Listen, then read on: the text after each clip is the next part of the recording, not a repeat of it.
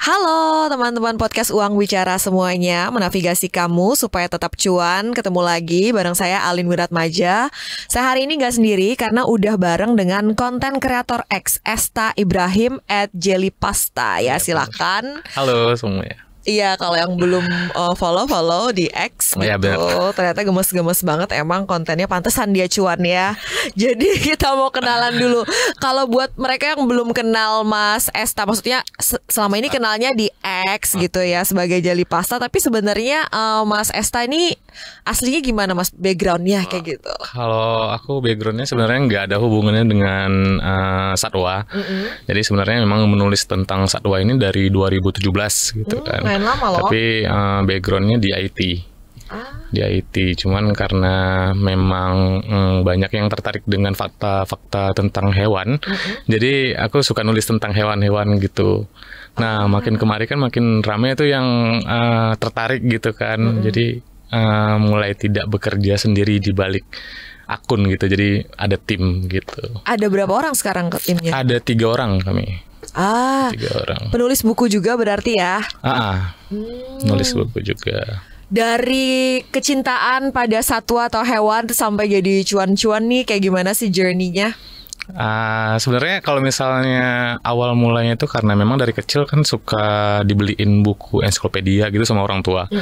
Nah, juga kebetulan rumah itu deket dengan konservasi gajah di Sumatera. Lampung? Enggak, di Langkat namanya. Di dekat Medan lah, 30 menit dari kota Medan. Kayak gitu. Jadi ayah juga suka cerita tentang gajah-gajah gitu kan, dekat rumah juga kan. Jadi ya banyak tahu tentang gajah. Jadi awal mula naiknya itu karena gajah juga. Jadi mulai dari situ mulai buat konten-konten yang lainnya juga kayak gitu. Oh, menarik banget sih. Jadi ini kan udah dari 2017 sebenarnya mulai ngonten. Kapan tuh kayak milestone yang benar-benar mengubah semuanya gitu, membalikkan keadaan gitu? Pokoknya pas ngebutnya itu ya, ngebutnya itu di bulan Maret tuh. Bulan Maret 2023 justru. Baru aja pecahnya gitu ya. Pecahnya baru aja. Oke. Kayak gitu. Konten apa yang bikin pecah? Gajah.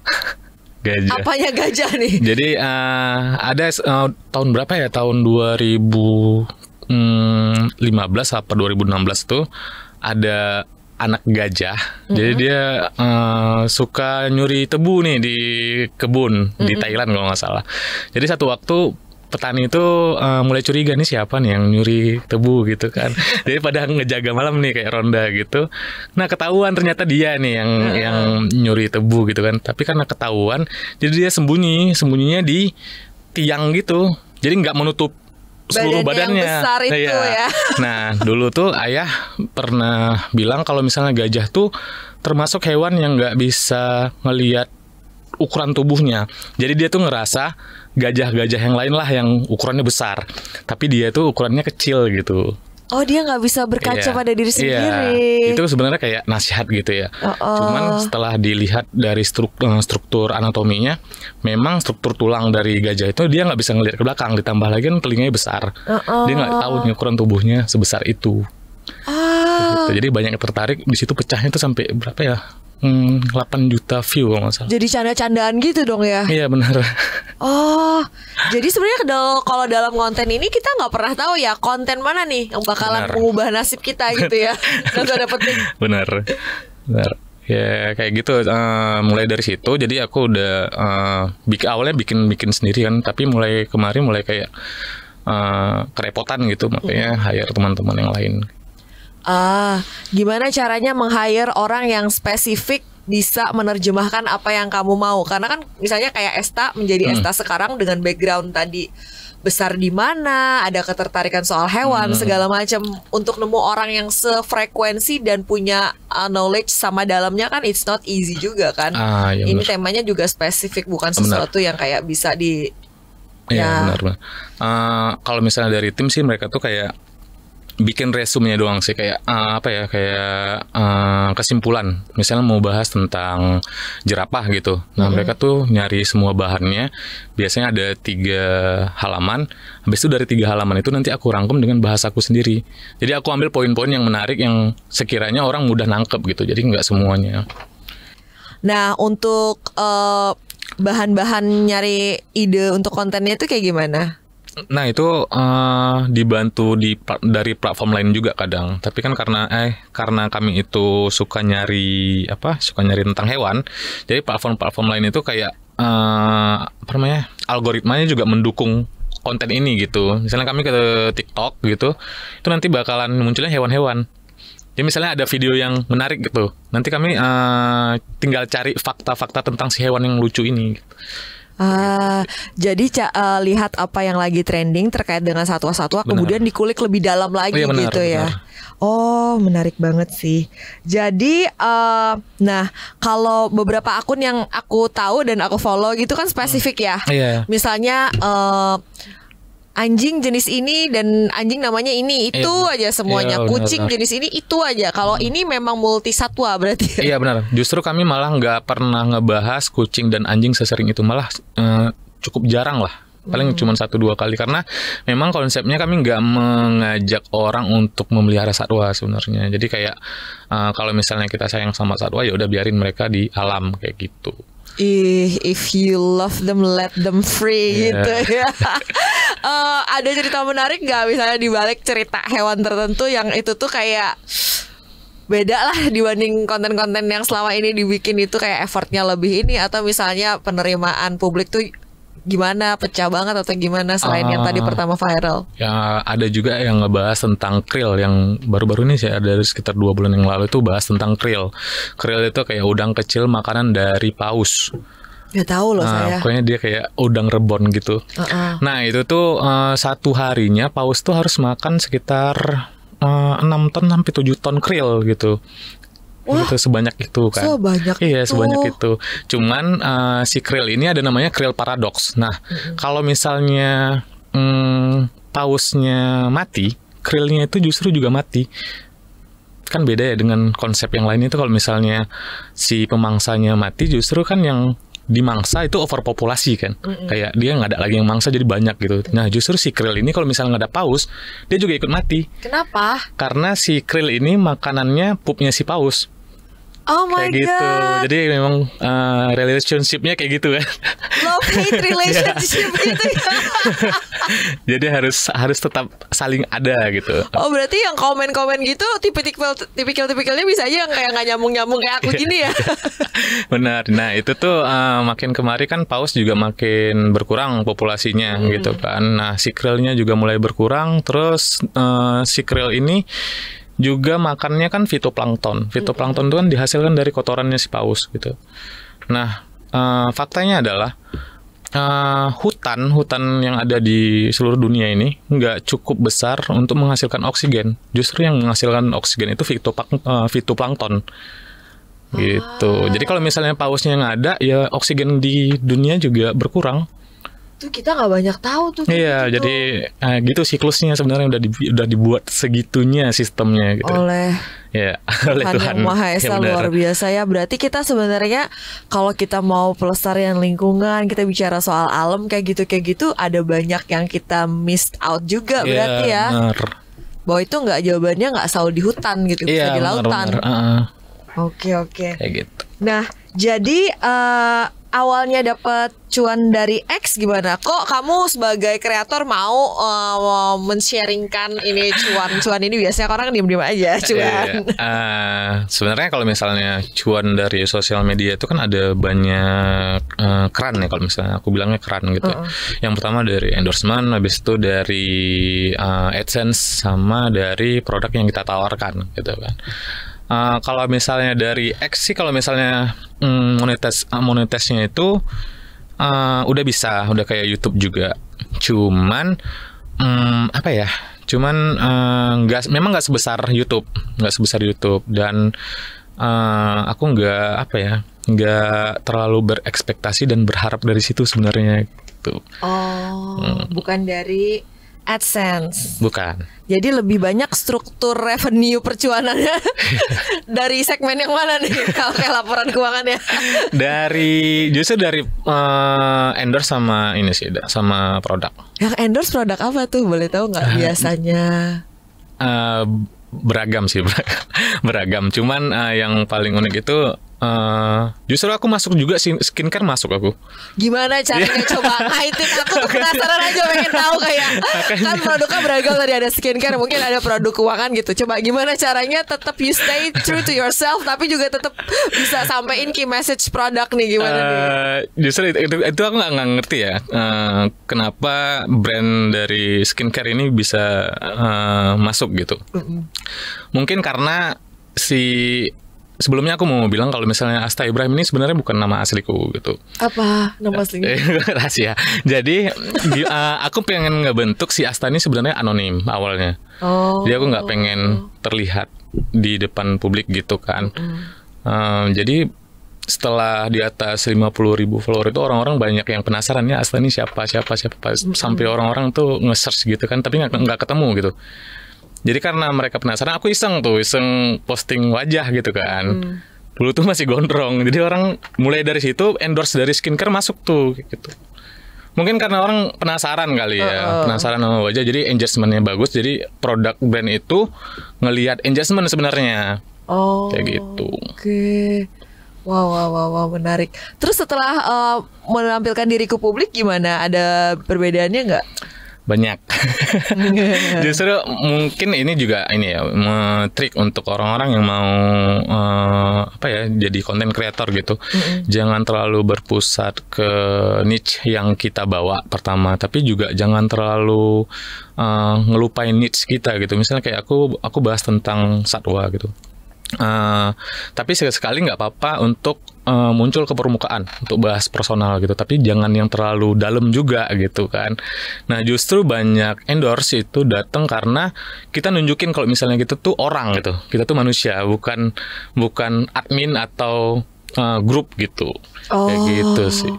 Jadi kayak personanya juga perlu ditonjolin juga. Oke. Selain konten yang emang selama ini powerful kayak gitu ya. Benar. Oke, jadi banyak sebenarnya lebih gedenya dari endorsement ya. Benar. Sama kalau produk yang ditawarkan oleh Jelly Pasta ini selain buku apa lagi? Buku sama kelas menulis. Jadi ada kelas menulis, cara menulis treat yang bagus gitu, bukan menulis buku ya. Karena kalau misalnya menulis buku juga aku masih belajar gitu. Kalau misalnya treat itu kan kayak gimana caranya kita bikin konten, misalnya dari video ke tulisan gitu. Gimana caranya supaya orang menarik untuk scroll ke bawah. Kadang kan orang kayak baca judulnya doang, habis itu nggak mau scroll ke bawah. Tapi gimana caranya orang tertarik untuk baca keseluruhan kayak gitu. Oke, jadi diurut-urutin nih dari percuanan ini. Urutan pertama berarti dari kelas dan buku atau dari endorsement? Dari endorsement 1, lalu jual kelas dan buku, baru terakhir yang dari X-nya sendiri. Betul. Oke, buat mereka yang belum tahu, di X ini sebenarnya dia AdSense-nya kayak gimana sih? AdSense-nya itu sistemnya sama kayak YouTube ya. Jadi kalau misalnya ada yang ngelihat konten kita atau orang itu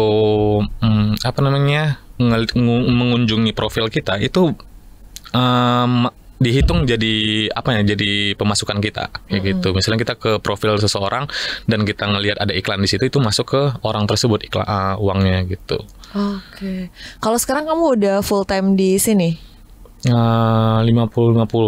Masih sambil kerja? Masih sambil kerja. Sebagai? Aku sebagai admin dari project crypto gitu. Apa tuh? Ada satu project crypto yang dia tuh di luar. Jadi aku kayak jadi admin di grupnya untuk Telegram untuk menerjemahkan project ini gitu ke masyarakat. Oke. Pantesan kalau kayak gitu. Maksudnya you're good lah in building community, maintaining community, gimana terus biar obrolan tuh terus lanjut, nggak berhenti kayak gitu ya, rolling terus. Oke, kalau kayak gitu. Nah, boleh udah di-spill juga kan di X kan? nominal cuannya? Enggak pernah sih. Enggak pernah ya? Di-spill di sini? Enggak. Tapi yang pasti lebih gede daripada gaji kerja tetapnya kan? Iya. Baik kalau kayak gitu. Nah setelah viral terus juga cuan kayak gitu, ada perubahan dari sisi perkontenannya nggak? Selain tadi menunjukkan persona juga gitu, diimbangi dibanding konten-konten yang biasa. Belum sih, sejauh ini belum ada yang berubah. Maksudnya kami juga untuk merubah apa yang udah dibangun gitu, maksudnya merubah mencoba-coba yang lain itu belum ada sih. Paling kayak menambahkan konten-konten lainnya, kayak aku tuh ada konten Asta versus dapur gitu. Kan kebetulan aku juga baru ngekos di sini tuh dari bulan April. Yaitu aku kayak menggambarkan betapa struggle-nya aku di kosan gitu, kayak masak sendiri gitu kan. Nah itu ada part-partnya dari part 1. Sekarang kalau nggak salah udah part 15 kalau nggak salah. Nah dari 15 part itu udah ada sekitar 10-nya itu brand. Wow. 10-nya itu ini brand. Di akun yang sama atau beda lagi? Di akun yang sama. Oh, kalau menurut kamu kenapa kamu nggak misalnya pisahin tapi tetap di akun yang sama? Karena memang banyak struggle yang udah aku munculin di akun ini gitu kan. Anyway gitu ya. Jadi orang udah ngikutin gitu ya. Jadi kayak mereka udah tahu nih kalau misalnya di balik akun ini orang asli gitu, bukan admin atau grup gitu. Oke, baik kalau kayak gitu. Nah, sebenarnya soal konten dan cuan, apakah dari awal emang diniatin ini bakalan ngasilin berkah banyak banget nih gitu secara materi kayak gitu. Atau misalnya kamu tadinya kayak platonis aja gitu, konten aja gitu. Awalnya konten aja, habis itu memang ada tujuan-tujuan kayak jual produk gitu-gitu kan.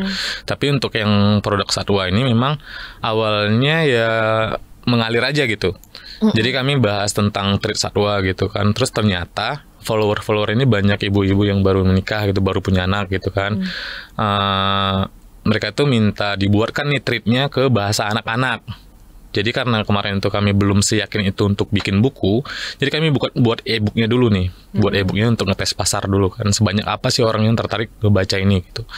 Ternyata responnya positif gitu kan. Habis itu mulai tuh banyak yang ngeluh. Anak-anaknya ternyata setelah dikasih e-book malah buka platform yang lain gitu. Dikasih e-book nih, membaca e-book, tapi ternyata mereka setelah ibunya pergi, mereka buka YouTube lagi gitu kan. Jadi ibunya pada ngeluh juga kayak, Kak Asta tolong bikin bukunya aja deh daripada mereka PDF gitu kan. Jadilah buat buku kayak gitu. Oke, jadi satu hal yang kita belajar dari Kak Asta nih, belajar mendengarkan followers ya. Mereka butuhnya apa gitu benar. ya. Oke, kamu aktif di X aja atau di platform lain juga? Sejauh ini X dulu. Oh, itu agak beda journey-nya sama orang ya. Ada orang kayak TikTok dulu, IG dulu. Itu jarang banget aku dengar kayak dari X dulu. Biasanya yang sering kita dengar kan yang cuan-cuan nih kan buzzer-buzzer politik kayak gitu kan. Kalau di X gitu kan. Benar. Dan itu kan juga kalau aku pribadi nih misalnya tuh, menurut aku tuh takut loh bersuara di X tuh kayak terlalu berisik gitu. Kayak aku tuh takut gitu. Orang tuh bisa memahami aku sebagai manusia yang ada salah hilafnya juga nggak ya? Kayak gitu sih aku takut kalau di X. Kok kamu bisa? Makanya aku kayak malah di X full gitu loh. Sebenarnya juga aku udah beberapa kali kena rujak ya karena konten-konten ada juga. Rujaknya tuh dalam bentuk apa? Kadang tuh aku salah dalam menulis, tapi kan orang-orang nggak mau memahami itu sebagai salah menulis gitu. Kayak gitu ada. Cuman itu yang orang-orang yang satwa. Yang jago satwa juga yang rujak. Iya benar. Jadi mulai dari situ makanya aku bangun tim supaya nggak ada salah-salah lagi lah gitu kan. Kayak gitu sih. Tapi aku ngerasa sejauh ini X jadi platform yang bisa bisa bikin kayak bola salju gitu loh. Jadi bisa kemana aja sebenarnya. Kayak gitu. Iya sih, untuk kayak advokasi atau misalnya untuk wacana kayak gitu, itu powerful sih ya. Kak Asta, tadi tantangannya salah satunya kalau kita mulai konten itu adalah bisa dirujak oleh warga netizen gitu kan. Apalagi sih tantangan kalau misalnya ada orang yang lagi mikir kayaknya aku harus seriusin deh konten, kayaknya aku harus konsisten konten deh kayak gitu. Mood sih, kalau misalnya aku lebih ke mood karena Untuk konsisten itu sih bener-bener tantangan ya. Aku tuh awalnya bikin thread itu seminggu sekali sebenarnya. Tapi karena mulai ramai, habis itu aku kasih jeda itu 2 hari sekali. Makin kemarin itu 1 hari 1 thread justru kan. Dan itu bener-bener apa ya? Bener-bener harus ngebangun konsisten dan mood gitu kan. Kadang aku sampai nabung thread 30 thread gitu. Jadi setiap hari ini tinggal posting gitu. Kayak gitu. Wah. Itu ya sih mood. Konsisten harus nomor 1 lah. Bener sih itu kayaknya yang bikin orang banyak kayak apa ya, pensiun dini di perkontenan. Oke, nah tips and trick dong untuk konten kreator pemula di X. Apa ya kalau misalnya konten kreator pemula itu pertama kali atau disuruh ikut kelas kamu aja nih biar bikin bisa itu juga bisa efektif.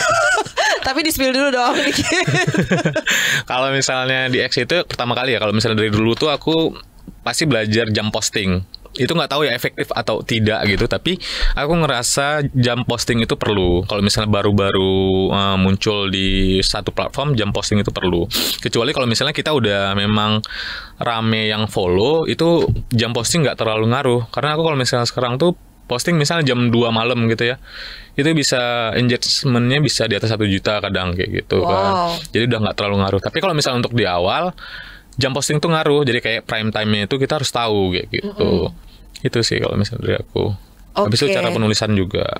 Buat kamu tuh penting nggak untuk misalnya kamu punya komunitas atau juga punya circle sama konten kreator di X? Enggak sih, enggak terlalu lah. Enggak terlalu. Karena kadang kita ke distract dengan niche-nya mereka gitu kan. Kadang kayak mereka nih niche-nya misalnya A gitu, misalnya B. Kadang karena kita terlalu banyak gabung dengan komunitas, jadi nanti tersamarkan gitu loh kontennya kita gitu. I see. Ya aku juga nggak ada gabung. Noted.